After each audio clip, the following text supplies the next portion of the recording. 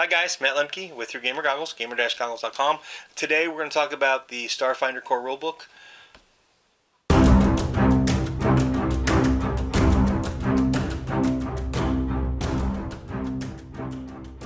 Alright, welcome back. So, Starfinder rulebook is a beast, right? It's huge, it's a Starfinder book, so it's set up in the Starfinder fashion. It's a core rulebook, and I mean, when I say it's a beast, it's like 525 pages or so. I mean, it's a monster. I have done... Okay, one, I'm sorry that this is so late.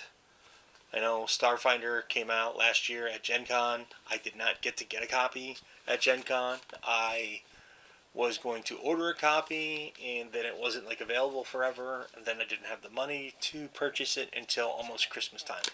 And since Christmas, I have had some commitments that I didn't purchase myself that I had to deal with. I always do. If a company sends me something, I do that first. So that's why this has been on the back burner for so long. Mostly because I didn't own it. I did do a character creation tutorial a little bit ago with the PDF, but that's not quite the same. Now, since it has been so late, I have had the advantage of playing it once or twice. In the same day. So I guess that's once. But I've done the flip through 3 times, and I've not been happy with it because there is so much in here. And I might be, because there's so much in here, I might jump around a little bit. I think the best way to do this at this point is talk about the differences between Starfinder and Pathfinder. I mean, a little bit, and how it's different, or just what some of the new things are. Because there's a lot of things that are similar. I mean, it's still a D20 based game, so it's basically for things like skill checks. It's your modifier plus your skill plus your bonuses. In some ways, combat is still the same way. It's still initiative plus your base attack bonus plus the ability stats.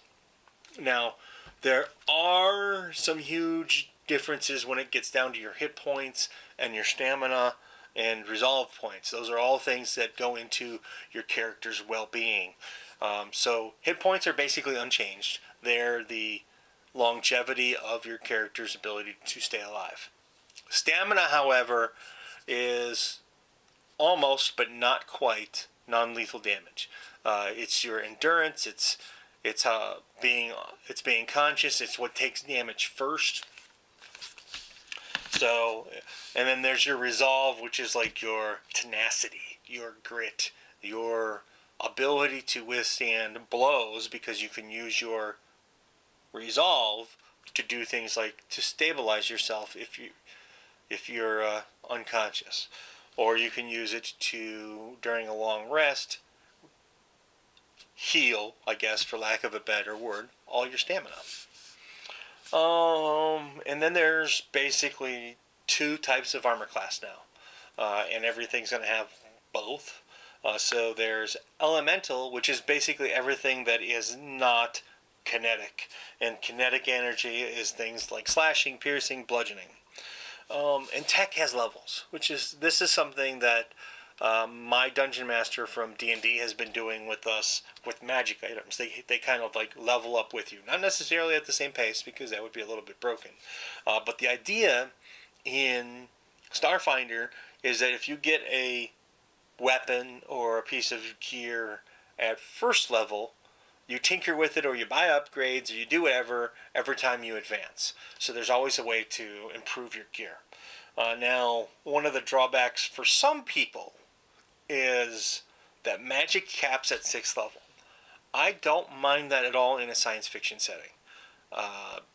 Partly because I'm actually building a fantasy game world that has both limited and high level magic in it, and it's extremely difficult to do. So I appreciate them capping magic to let technology shine a little bit more.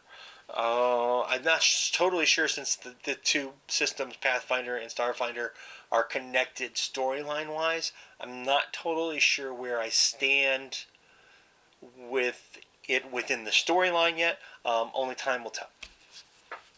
Now, there's also ship rules, which I haven't really played with. When we played, We were basically on a planet, and we went on our adventure. But the rules are still solid.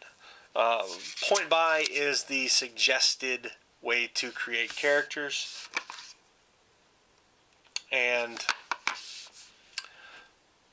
I'm not a fan of that. So I'm going to go ahead and I think I'm going to go ahead and still do a character creation video on how to roll your characters, because that's what I like to do. I don't know why. I prefer it. Maybe the point buy system makes me think too much. I don't know. So ability advancement has changed. This is a biggie. And I haven't played enough to know how much I like or dislike this yet. So basically, ability advancement is every 5 levels now. So at 5th level, any ability that is less than or equal to 16 will get a +2 ability bonus. And then anything that's greater than or equal to 17 gets +1. So if you roll dice really well, you can have a pretty broken character. What else? There's new races, new classes, and we're not going to delve into that too much here. We're going to do that when I make a character, maybe. We'll kind of talk about it.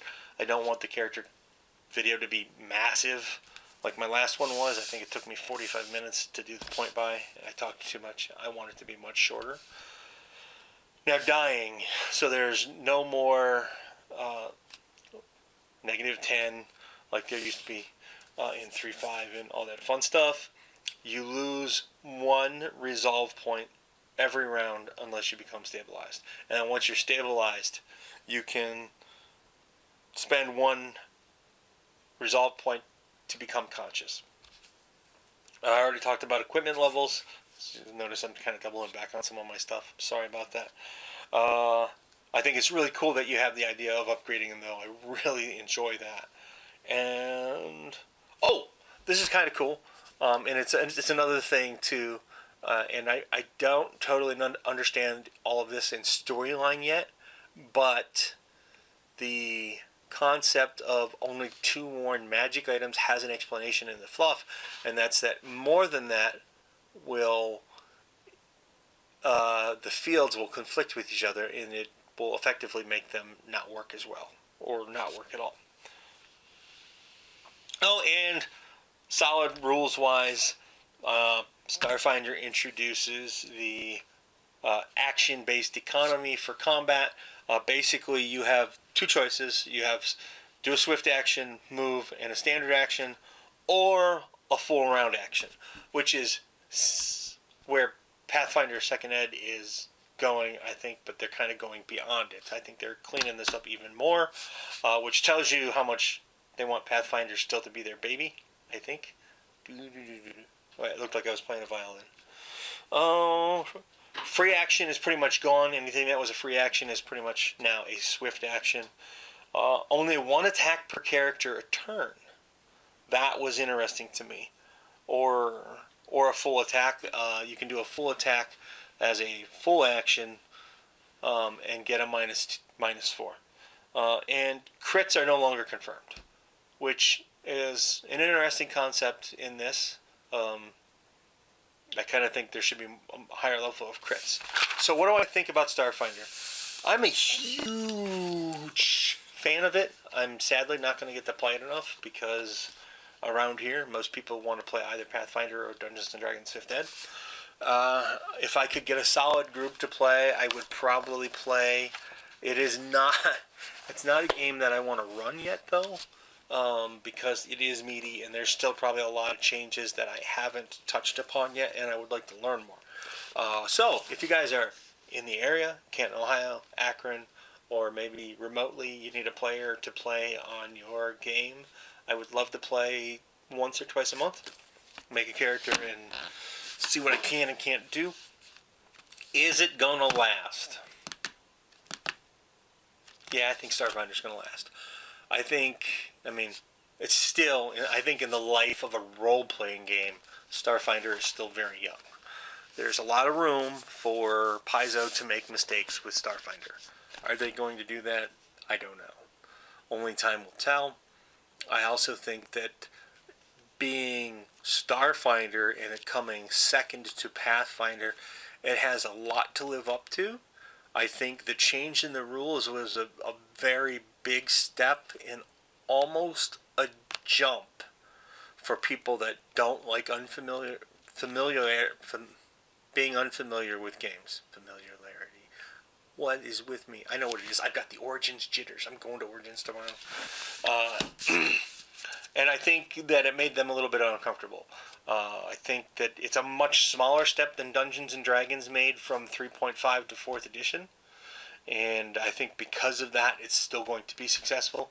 I think that not everybody's going to convert over from not everybody's going to convert over for Pathfinder anyway, because there are just people that don't like the setting.